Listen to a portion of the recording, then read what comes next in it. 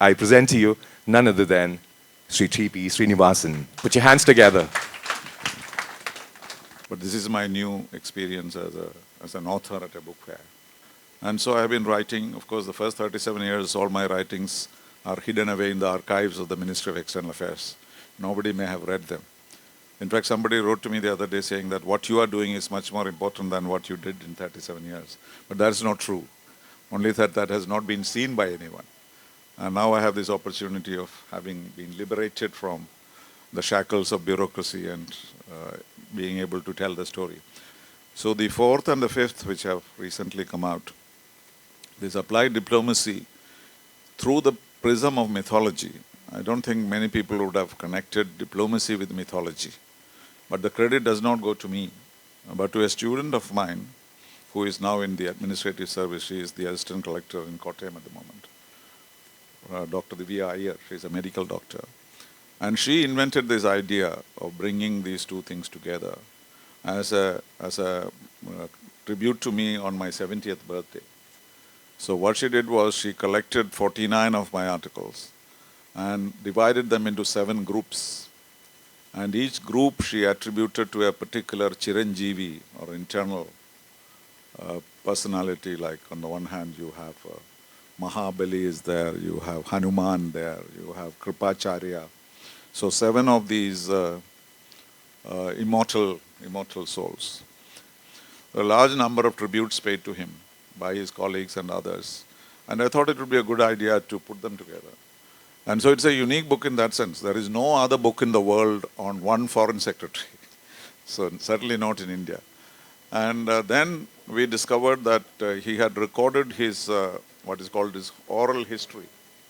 He had not written any book, but he had recorded an oral history which was lying around unpublished. So we were able to get hold of that, and that also is in the book. So the first part is basically a collection of tributes, and the second part is his own views on the world, which are very, very interesting. That is a nice analogy what you have given, bow and arrow.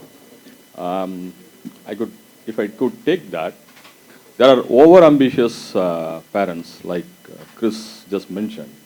Like you said, if the arrow is going to be too stretched, ultimately the bow is going to suffer. Okay, so what would be your advice to the over-ambitious parents?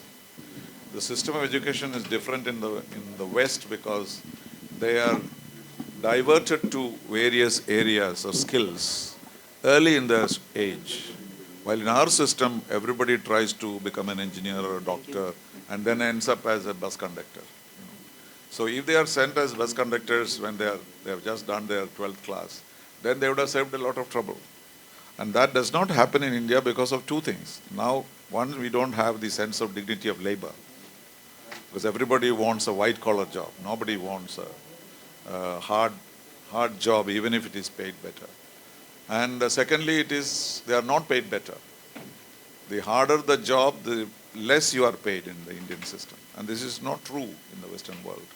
That takes me to that particular article about University College you had mentioned.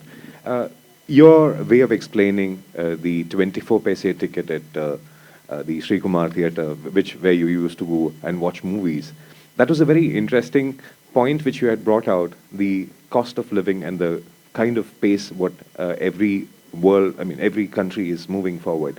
What do you see as a person being in the foreign service so much?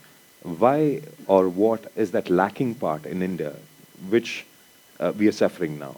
I'm not talking on the political side, but again, what do we lack that we don't move forward as much as some other countries in comparison?